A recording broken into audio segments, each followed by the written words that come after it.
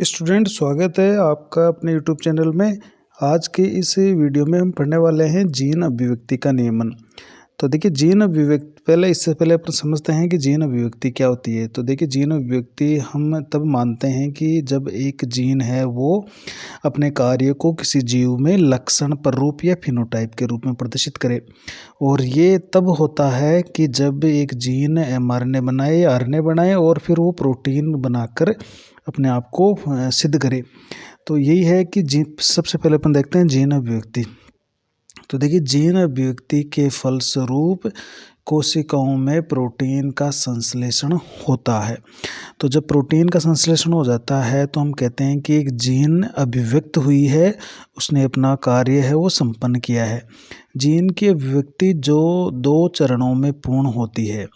एक तो होता है अनुलेखन, जिसको अपन ट्रांसक्रिप्शन बोलते हैं, इससे डीएनए से जैसे mRNA बनता है मुख्य रूप से। और दूसरी प्रक्रिया या चरण होता है अनुवादन, जिसको अपन ट्रांसलेशन या mRNA से प्रोटीन बनना कहते हैं। तो देखिए, एक ये जीन है, ये जीन क्या होते हैं, डीएनए के खंड होते हैं। ये अनुलेखन की प्रक्रिया द्वारा आरएनए यानी मुख्य रूप से mRNA और फिर अनुवादन के द्वारा प्रोटीन का निर्माण करते हैं। तो जब एक जीन प्रोटीन का निर्माण करती है तो हम कहते हैं कि जीन की अभिव्यक्ति हुई है। अर्थात जब ये प्रोटीन बन जाती है तब उस जीव के ये फिनोटाइप के रूप में प्रदर्शित होती है और उसमें अपन को लक्षण दिखाई देता है। तो ये जो प्रक्रिया है, प्रोसेस है, ये एक जीन अभिव्यक्ति के चरण है। अभी देखिए, यहाँ पर क्या होता है कि इस नियमन जब की बात आती है तो हमें कहते हैं कि ये जो जीन अभिव्यक्ति के चरण है, इसको हम कैसे कंट्रोल करें। कभी कभार ये होता है कि या तो प्रोटीन संश्लेषण के प्रक्रिया को अपन बिल्कुल बंद कर दें या उसको स्टार्ट करें। तो ये होता है उसका नियमन करना। तो देखिए, इसमें एक बार इसकी परिभाषा और देख लेते हैं। अतः डीएनए या जीन में संग्रहित आनुवंशिक सूचना प्रोटीन संश्लेषण की प्रक्रिया तक जिस प्रकार संचरित होती है उसे जीन अभिव्यक्ति या जीन एक्सप्रेशन कहते हैं।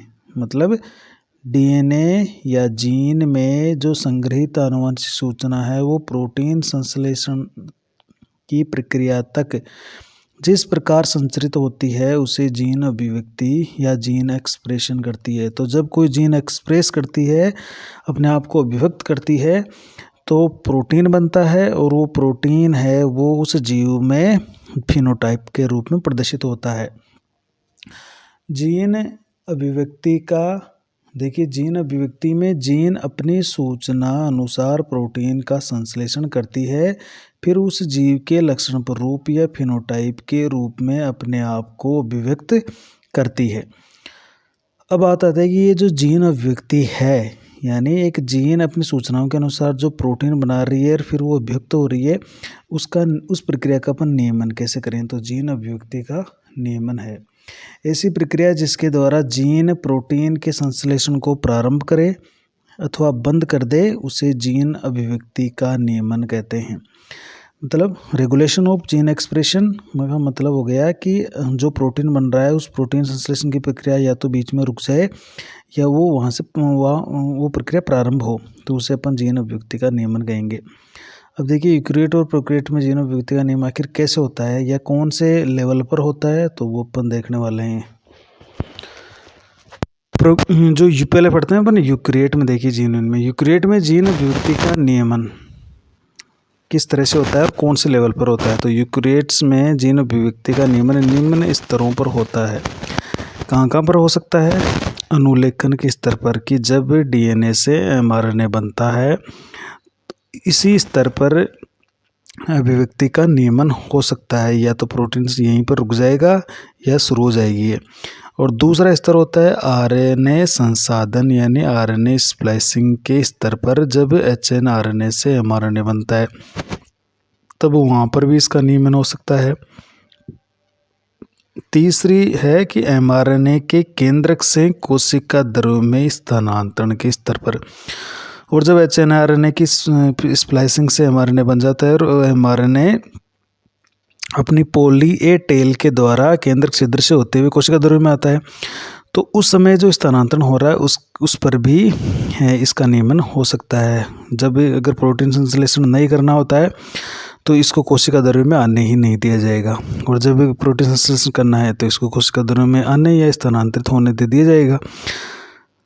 चौथा स्तर होता है कि अनुवादन के स्तर पर। अनुवादन होता है जब mRNA से प्रोटीन बनता है, इस स्तर पर भी नियमन हो सकता है। यहाँ पर भी प्रोटीन संश्लेषण को रोका जा सकता है और फिर से शुरू किया जा सकता है।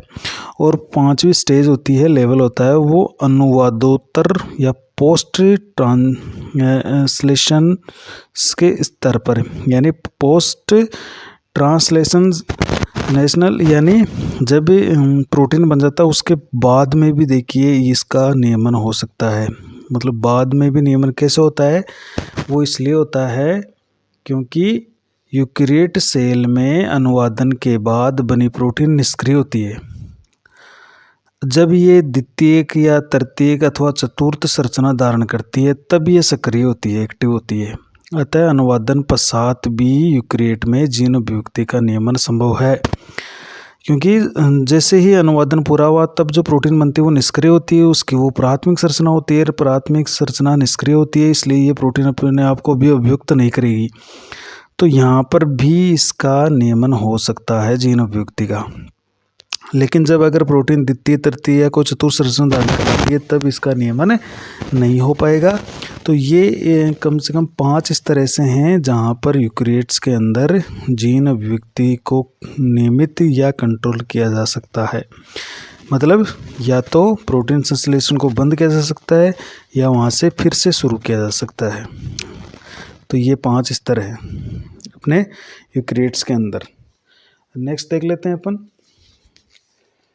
अपने नोट डाल के लिखा है कि अधिकांश प्रोकैरियोट हो चाहे यूकेरियोट हो, उन कोशिकाओं में सेल्स में जीन अभिव्यक्ति के नियमन का अध्ययन अनुलेखन स्तर यानी ट्रांसक्रिप्शन लेवल पर किया जाता है।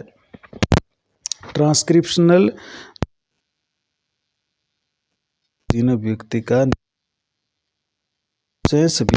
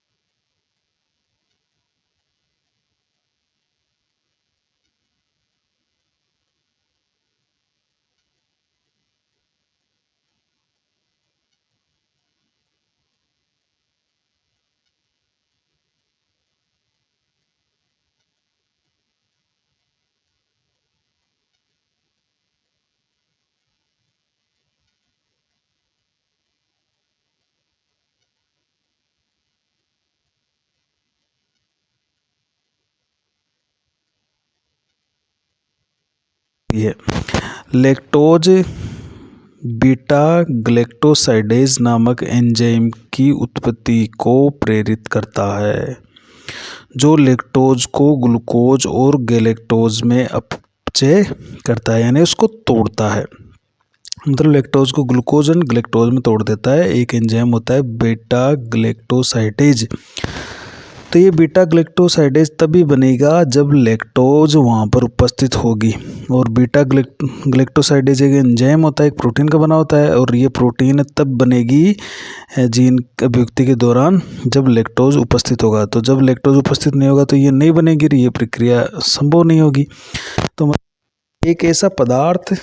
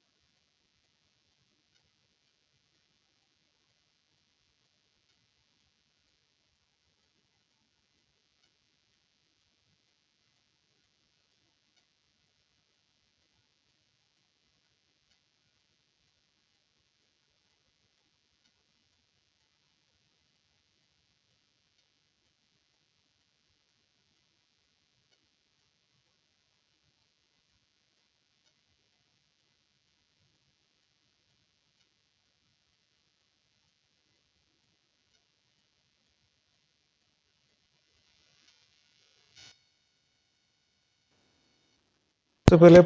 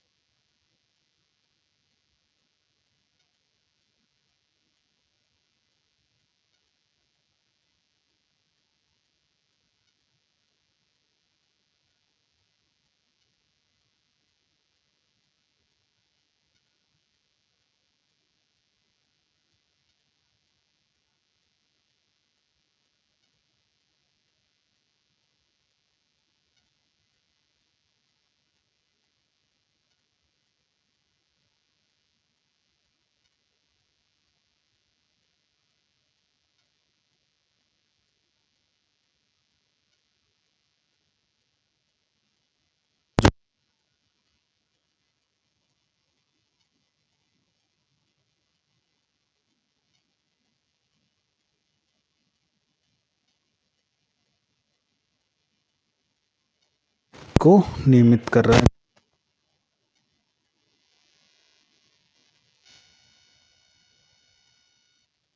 जिन अभिव्यक्ति को प्रेरित करते हैं तो वो तो हमने प्रेरणिक नियमन जैसे लैक्टोज का उदाहरण पढ़ा, लेकिन कुछ हैं